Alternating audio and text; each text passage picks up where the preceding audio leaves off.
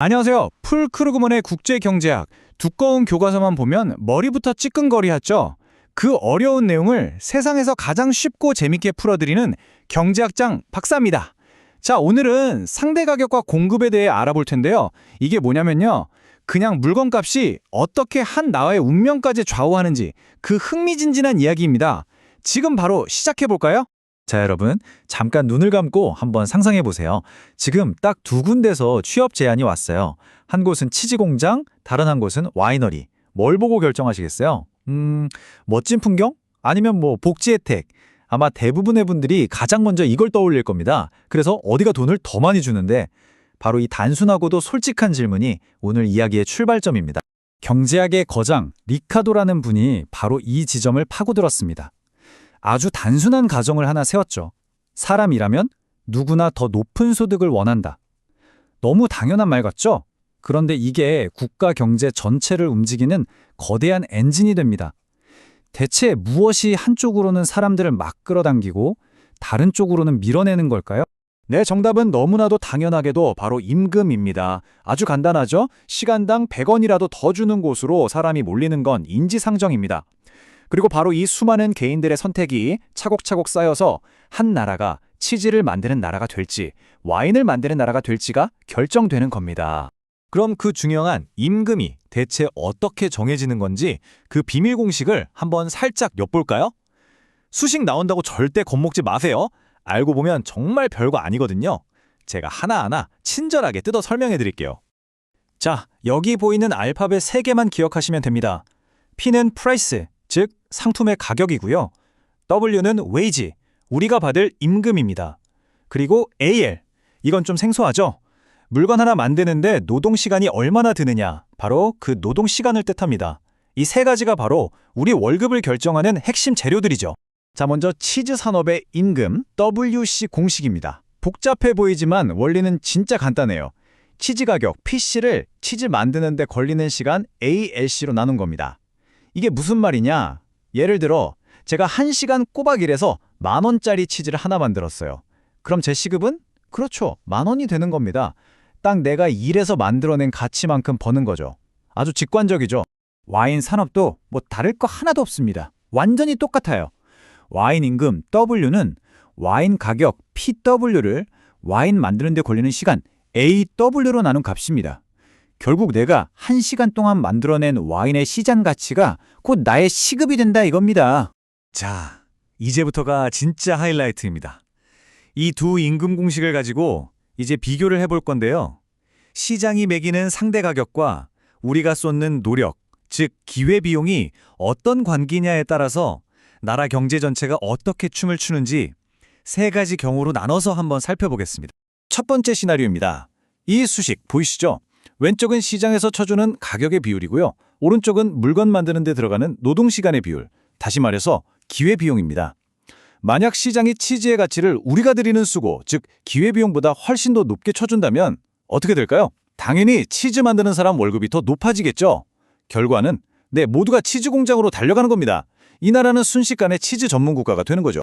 그럼 정반대의 경우는 어떨까요? 이번엔 시장이 치즈값을 너무 짜게 쳐주는 거예요. 아니, 이렇게 힘들게 만들었는데 이거밖에 안 준다고? 싶은 거죠. 당연히 임금 계산기를 두드려보면 와인 쪽이 훨씬 더 많이 남아요. 그럼 미련 가질 거 있나요? 노동자들은 바로 치즈 공장 때려치우고 와이너리로 가는 겁니다. 경제 전체가 와인 전문 국가로 확 바뀌어버립니다. 자, 마지막으로 정말 특별한 세 번째 시나리오입니다. 정말 만약에 시장이 매기는 가격 비율이랑 만드는 데 드는 노력의 비율이 기가 막히게 딱 맞아떨어진다면 어떨까요? 이 수식이 보여주듯이 치즈 임금이랑 와인 임금이 소수점까지 완전히 똑같아져요. 일하는 사람 입장에선 어딜 가나 그게 그거인 거죠. 바로 이 기적 같은 균형의 순간에만 한 나라에서 치즈도 만들고 와인도 만들 수 있게 되는 겁니다. 자, 지금까지는 이론이었고요. 백문이 불여일견이죠. 이제 진짜 숫자를 넣어서 직접 계산을 해보겠습니다. 이 원리가 얼마나 강력하게 작동하는지 여러분 눈으로 직접 확인하게 되실 겁니다. 자, 여기 가상의 나라가 있습니다. 이 나라에선 치즈가 한 파운드에 4달러, 와인은 한 갤런에 7달러에 팔리고 있어요. 그리고 노동자들은 1시간에 치즈를 1파운드 만들거나 와인을 0.5갤런, 그러니까 반 갤런 만들 수 있습니다. 자, 이 조건으로 임금을 한번 계산해 볼까요? 계산은 간단하죠. 치즈 산업에서는 시간당 4달러를 벌고요. 와인 산업에서는 시간당 3달러 50센트를 버네요. 고작 50센트 차이잖아요? 이게 뭐 대수냐 싶으시겠지만 경제학에서는요. 이 50센트가 모든 걸 결정합니다. 합리적인 노동자라면 당연히 어디로 갈까요? 그렇죠. 모두가 치즈를 선택하게 됩니다. 그런데 말이죠. 시장은 뇌리 변화잖아요. 갑자기 치즈가 너무 많이 생산돼서 가격이 뚝 떨어졌다고 해봅시다. 파운드당 3달러로요. 와인 가격은 그대로 7달러. 자, 이제 경제는 어떻게 움직일까요? 다시 한번 계산기 두드려보죠. 오라? 치즈 가격이 1달러 떨어지니까 시급이 3달러로 확 깎였네요. 와인 시급은 3달러 50센트 그대로인데 말이죠. 순식간에 상황이 역전됐습니다. 그럼 노동자들은 어떻게 할까요? 어제까지 만들던 치즈 미련 없이 버리고 오늘부터 와인을 만들기 시작하는 겁니다. 단지 가격 하나 바뀌었을 뿐인데 나라의 주력 산업이 하루아침에 뒤바뀌는 거예요. 정말 드라마틱하지 않나요? 자, 오늘 정말 중요한 원리를 배웠습니다. 머릿속에 확실히 정리될 수 있도록 핵심만 다시 한번 짚어보고 이걸 바탕으로 더 큰 그림을 그릴 수 있는 질문을 던지면서 마무리하겠습니다. 오늘 배운 내용 한 문장으로 깨워볼까요? 결국 이겁니다. 우리 개개인은 그냥 더 높은 월급을 쫓아서 직업을 선택할 뿐인데 그 수많은 선택이 모여서 국가 전체는 시장에서 더 비싸게 쳐주는, 즉 상대 가격이 높은 상품에 올인하게 된다는 거. 그렇기 때문에 시장 가격이 조금만 바뀌어도 나라의 산업 구조가 통째로 흔들릴 수 있다는 거죠. 그리고 두 상품을 모두 생산하는 건 모든 조건이 완벽하게 맞아떨어지는 아주 특별한 그 지점에서만 가능하다는 거. 이거 꼭 기억해두세요. 바로 이 수식이 그 완벽한 균형점을 보여주는 겁니다. 시장이 매기는 가치와 우리가 들이는 노력이 정확히 일치하는 그 지점. 만약 다른 나라랑 교류 없이 한 나라 내에서 치즈도 먹고 와인도 마시고 싶다면 시장은 보이지 않는 손에 이끌려서 결국 이 가격을 찾아가게 되어 있습니다. 안 그러면 둘 중 하나는 아예 구경도 못하게 될 테니까요. 자, 그럼 마지막으로 이런 상상을 한번 해볼게요.